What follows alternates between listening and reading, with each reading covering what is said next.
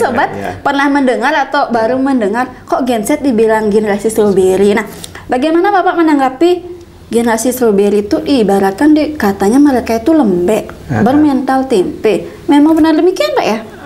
Atau mungkin Bapak ingin mematahkan pandangan masyarakat yang seperti itu? Iya baik, siapa harusnya tahu, begitu Pak, ya Bu, karena generasi emas kan dari 2003. Iya, 2010-an ini ya. Siapa tahu Pak ya. Mungkin jangan kadung Gen Z apa sih bisanya apa? Luruskan, hempaskan biar tidak kadung jadi generasi yang lembek. Luar biasa Pak ya. Mungkin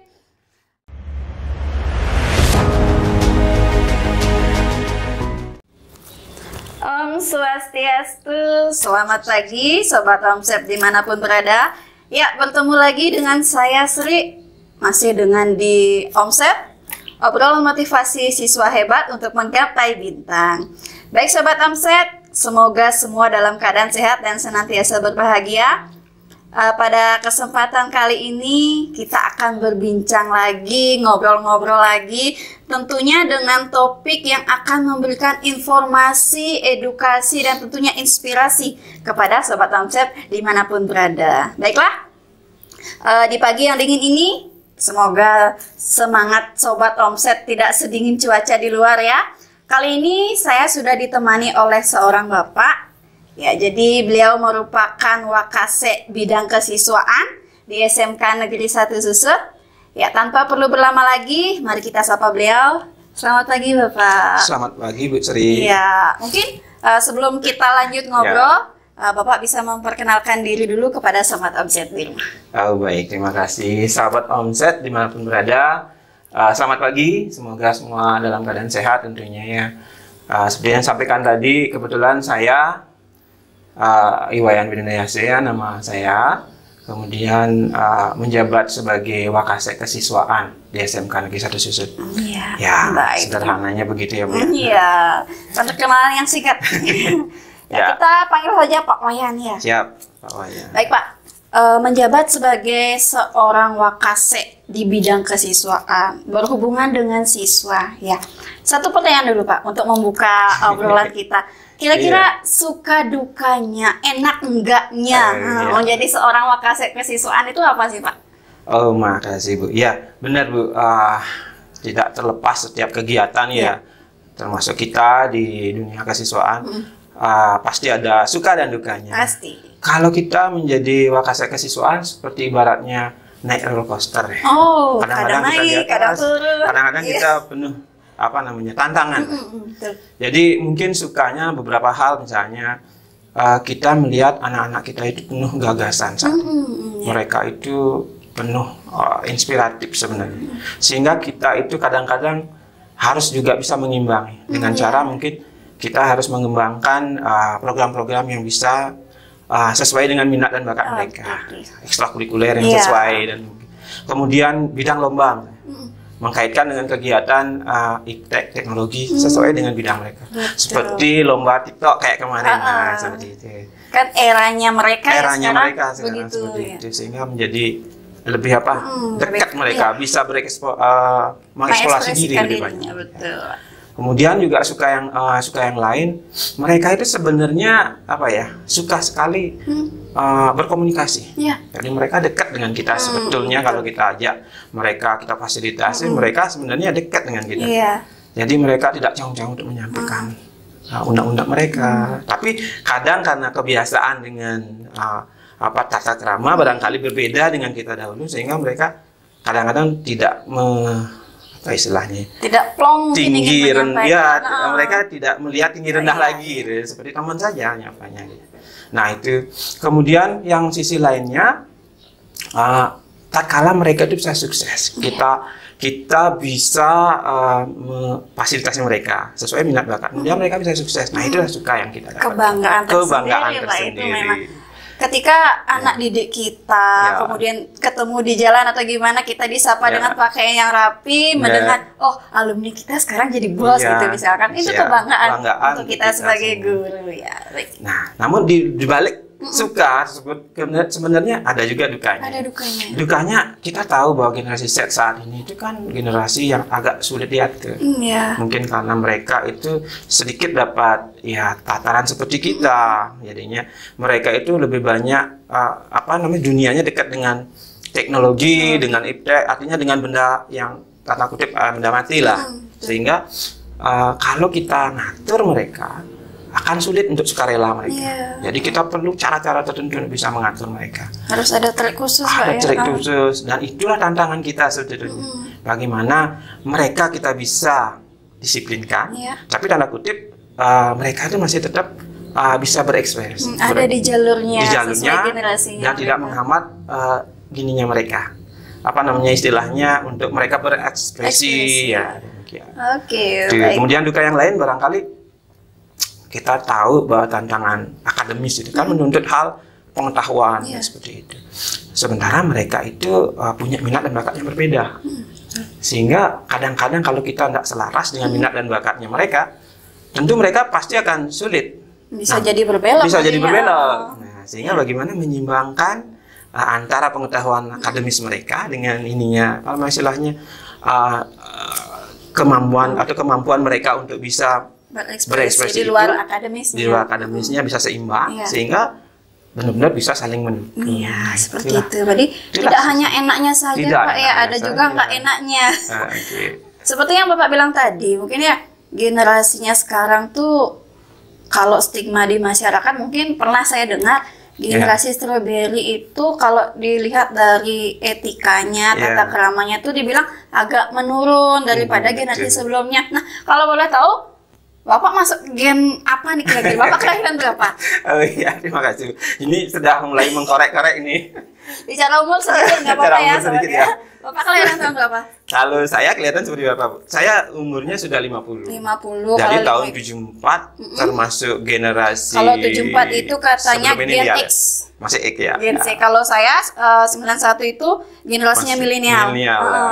Mungkin kalau dilihat sobat ya, gen milenial sama gen X pun sudah ada perbedaan, apalagi sekarang sobat di rumah mungkin kebanyakan yang generasi Z, yaitu kelahiran antara tahun 1995 sampai 2010, utamanya anak-anak kita, ya kan Pak? Nah, berbicara dengan gen Z, mungkin sekarang gen Z itu difilosofikan ke generasi strawberry. Mungkin sobat pernah mendengar atau baru mendengar kok Gen Z dibilang generasi strawberry. Nah, bagaimana Bapak menanggapi generasi strawberry itu ibaratkan katanya mereka itu lembek, bermental tempe. Memang benar demikian, Pak ya? Atau mungkin Bapak ingin mematahkan pandangan masyarakat yang seperti itu? Iya, baik, Bu. Memang apa yang disampaikan masyarakat ini kan jadi argumen masyarakat, argumentasi masyarakat memang tidak salah sih sebenarnya, tapi mungkin itu baru luarnya saja. Kenapa mereka menyebut generasi sekarang generasi strawberry? Terus katanya bermental tempe. Bermental tempe lah. Kok dikatain yang seperti itu? Jelek-jeleknya saja. Kalau seperti masyarakat mungkin memandangnya bahwa ini seperti tampilan stroberi ya. Jadi kita melihat stroberi itu apa? Gitu. Ya, stroberi itu apa? Ya, stroberi itu suatu buah yang bendanya sangat menarik sekali. Cantik Terus sekali. kalau mungkin dirasa sangat manis ya, sangat manis dan hal-hal yang menarik lainnya ya. Namun demikian kalau kita pegang sedikit dipencet saja, ditekan saja dia sudah hancur dan lembek. Nah, ini kan dikaitkan kembali ke generasi Z saat ini. Jadi mereka sebenarnya penuh inovasi, penuh kecerdasan, teknologi jangan dibilang. Kan seiring pertumbuhan mereka, perkembangan iptek pun mengiringi. Betul sekali generasi mereka. Mereka penuh dengan ide-ide yang cemerlang. Jadi, tetapi di sisi lain, ternyata mereka itu mudah menyerah, mudah frustasi, mudah tertekan. Nah, ini mungkin ini yang dikaitkan oleh teman-teman di masyarakat, sehingga yang cantik, yang hebat ini yang sebenarnya terbungkus, tapi kalau ditekan sedikit dia sudah langsung hancur. Nah, itu mungkin bisa diibaratkan seperti ini, Pak ya. Ketika generasi Z atau generasi strawberry ini dihadapkan ke sebuah masalah, belum mengenali masalahnya atau belum berusaha untuk mencoba, tapi sudah mundur duluan, saya nyerah. Mungkin seperti itu. Mengapa masyarakat mengatakan si Gen Z ini adalah generasi yang lembek, strawberry seperti itu. Nah, kemudian Nah, selaku wakasiswaan, jika menemukan kondisi seperti itu terhadap siswa Bapak yang dikatakan bermental tempe lembek, kira-kira solusi apa yang bisa Bapak terapkan agar mengubah stigma masyarakat yang demikian, Pak? Iya, baik Bu. Ini menarik nih. Iya. Jadi dikaitkan dengan kegiatan kita pembinaan kesiswaan. Jadi kita memang tidak terlepas saat ini memang selalu permasalahan itu muncul terhadap anak-anak yang memang kita kaitkan memang semuanya arahnya ya memang kelemahan di generasi Z. Tetapi di balik kelemahan itu ternyata kalau kita lihat dulu kenapa mereka lemah, sebenarnya mereka tidak lemah nih sebenarnya. Kita lihat dulu generasi Z itu adalah generasi yang satu, dia sebenarnya punya motivasi, semangat, kemampuan sebenarnya yang tinggi sekali. Yang luar biasa, Pak. Tetapi di balik itu ternyata mereka itu ternyata banyak tekanan di media sosial misalnya. Jadi mereka itu banyak ide, mereka sampaikan di dunia sosial demikian, di media sosial, TikTok atau apa, dan mereka itu butuh pengertian dari temennya, butuh dukungan dengan like. Kan like yang paling penting, like gitu. Nah ini, dan pada saat itu tidak dia dapatkan, ekspektasinya kan tinggi, biar mereka menyampaikan sesuatu gagasan. Kadang realitanya tidak sesuai dengan ekspektasinya mereka. Mereka tidak di istilahnya tidak diberikan dukungan, kurang mendapat apresiasi sesuai yang mereka harapkan. Jadinya down mereka. Itu salah satunya membuat mereka merasa tidak berharga. Jadi lain-lain dari muncul, sehingga menyerah di situ. Nah, kiat kita sebagai wakasiswaan, kita harus sering mulai dekat dengan mereka, mencari tahu permasalahan mereka, memediasi atau memfasilitasi bentuk-bentuk apa yang selaras dengan minat dan bakat mereka. Itu yang kedua. Kemudian ketiga, komunikasi yang selaras itu kan menimbulkan hal-hal ke depannya, hal-hal baru lagi yang bisa mendukung istilahnya hal-hal menarik lainnya lagi. Nah, ini lagi kita fasilitasi. Nah, kalau nanti perkaranya adalah masalah pribadi dan individu siswa, ya kita tentu akan lebih ginikan lagi permasalahan itu dengan tidak sendiri ya. Yang kami itu di sini kan tidak sendiri ya. Jadi ada tim manajemen secara keseluruhan, mulai dari tingkat paling bawah. Jadi bagaimana peran serta guru itu pertama dulu. Bisa kami sering edukasi, mohonkan kepada guru untuk selalu mendampingi, mencari tahu. Karena begini ya, generasi Z itu kan generasi yang menarik. Mereka itu sebenarnya unik sekali. Dan masing-masing lain daripada yang lain. Gitu ya. Nah, karena unik dan lain daripada yang lain membutuhkan sesuatu sentuhan lain. Ya, caranya juga berbeda. Caranya berbeda. Nah, terdiferensiasi apa namanya istilahnya sekarang. Berdiferensiasi kalau gennya sekarang ini. Maka dari itu yang bisa melakukan atau menjembatani tidak di kesiswaan dan tidak wakasiswaan saja, tapi semua kehidupan di sekolah ini, mulai dari guru pasti. Kemudian tata usaha jelas, lingkungan belajar anak-anak dari anak-anak semua jelas. Kemudian dari guru, kita ngomong dari guru, setiap di kelas mohon dibantu agar selalu kita memberikan perhatian, walaupun memang dalam belajar tidak mungkin karena 30 orang itu semua kita perhatikan itu, tapi pasti kita bisa menilai mana yang perlu mendapatkan perhatian lebih karena ada hal khusus tertentu. Kemudian nanti kalau ada hal khusus itu kita jembatani dengan kolaborasi dengan setelah dari guru menemukan, kemudian ke guru BK, ke guru wali itu pertama ya, dengan guru BK, kemudian berikutnya ada kaprodi, ada kita di tim manajemen. Seperti itu. Ya, jadi mungkin kesannya masalah Gen Z ini terlihat sepele, padahal seperti yang Bapak bilang tadi, anak-anak kita yang Gen Z ini itu idenya cemerlang ya Pak ya. Benar. Inovasinya sangat luar biasa, apalagi diimbangi dengan perkembangan iptek. Mungkin kalau bisa saya analogikan atau ilustrasikan seperti ini Pak. Mungkin ada adik SMP yang suka buat video gitu Mas ya kan. Video, kemudian gambar-gambar, coret-coret di rumah. Nah, ketika hobi atau minat mereka keluar dari jalur rel gitu misalkan, harusnya kan dia relnya lurus, dia membelok, kan jadinya pengakuan dari masyarakat atau masyarakat umum jadi membelok. Sebenarnya yang membuat membelok itu bukanlah dirinya si Gen Z ini, tapi anggapan dari masyarakat. Nah, mungkin kalau menurut yang pribadi Pak ya, cara membalikkan ke relnya lagi ini mungkin dengan yang Bapak bilang tadi, fasilitasi sesuai dengan minat dan bakatnya. Nah, kalau berbicara memfasilitasi minat dan bakat dari Gen Z ini biar nggak keluar jalur rel yang akan nantinya membahayakan. Nah, kalau dari program atau branding yang ada di SMK Negeri 1 Susut ini kira-kira apakah bisa meluruskan yang tadinya keluar jalur, Pak? Oke, baik. Gini Bu, mungkin yang bisa simak ya, itu memang menariknya. Jadi tadi ada anak SMP misalnya dicontohin kasusnya bahwa memang sejatinya bermula dari kecakapan setiap anak itu berbeda, punya apa istilahnya benih-benih khusus yang perlu kita kelola, perlu kita dampingi agar tadi yang kita amati sebagai rel kereta api tadi. Jadi anak-anak yang punya semangat, punya motivasi yang tinggi seperti ibarat rel kereta api. Kemudian tetapi relnya juga harus bisa menopang dengan baik agar tidak keluar rel. Nah, ini tugas kita sebagai guru ya. Nah, tatkala di SMP misalnya ada anak-anak yang terlihat seperti itu, misalnya senang menggambar senang menggambar, ada minat dan bakatnya bidang menggambar bangunan barangkali atau yang lainnya, ada listrik di sini. Kita di sekolah kita tentunya sangat siap sekali Bu. Jadi kita sebenarnya sangat berharap, sangat mengharapkan sekali mungkin kedepannya ada program. Memang sudah pernah kita ginikan kemarin, gimana kalau kita suatu saat nanti menjembatani. Jadi bagaimana kita buat suatu kegiatan sifatnya apa istilahnya kolaborasi antara kita dengan SMP-SMP yang ada di Susut.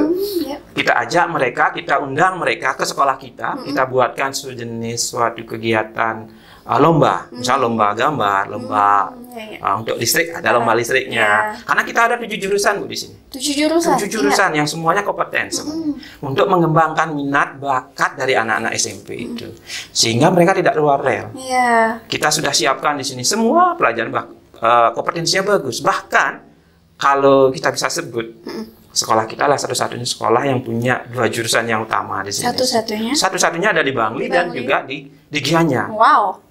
Jurusan bangunan, jurusan listrik. Tentunya tidak mengurangi makna jadi jurusan yang lain juga. Ada jurusan multimedia atau dulu namanya mungkin jurusan komputer lebih gininya. Ada jurusan yang lain lagi, akuntansi. Kemudian ada bisnis daring dan pemasaran, ada jurusan perhotelan. Kesemuanya ini adalah bentuk keinginan kita, cara kita. Sehingga kenapa sekolah SMK Susut yang ada di Kecamatan Susut, yang orang notabene bilang di desa, tapi desa bukan berarti desaan gitu, kan uang desa gitu. Kita itu punya banyak jurusan yang kompeten semuanya, bisa bekerja di mana-mana dan sangat relevan dengan kehidupan hari ini. Itu tidak lain adalah kita sudah menjembatani maksud pemerintah, menjembatani generasi Z, menyiapkan mereka bila mana mereka punya bakat-bakat yang terpendam sesuai dengan jurusan kompetensi kita. Ayo kita siap untuk membimbing mereka menjadi anak-anak yang generasi Z yang unggul, yang menghempaskan stigma masyarakat Gen Z itu bukan lembek lagi, bukan mental tempe lagi. Jadi luar biasa Sobat Omsa. Sepertinya yang disampaikan Pak Wayan tadi itu kalau merasa diri kalian kadung dinilai negatif oleh masyarakat, sebenarnya tidak minat bakat yang kalian miliki, ayo tunjukkan kepada kami di sini di SMK Negeri 1 Susut. Nanti adik-adik pasti akan dibimbing sesuai jalurnya, menyesuaikan dengan minat dan bakat adik-adik. Tentunya segala kompetensi yang ada di sini itu sudah menjembatani atau menjadikan rel jalan untuk kalian nanti ketika sudah tamat atau lulus, pasti bukan dipandang sebagai Gen Z yang bermental tempe lagi. Mungkin nanti stigmanya berubah, Gen Z adalah generasi emas. Siapa tahu Pak ya. Karena generasi emas kan dari 2003. 2010-an ini ya. Siapa tahu Pak ya.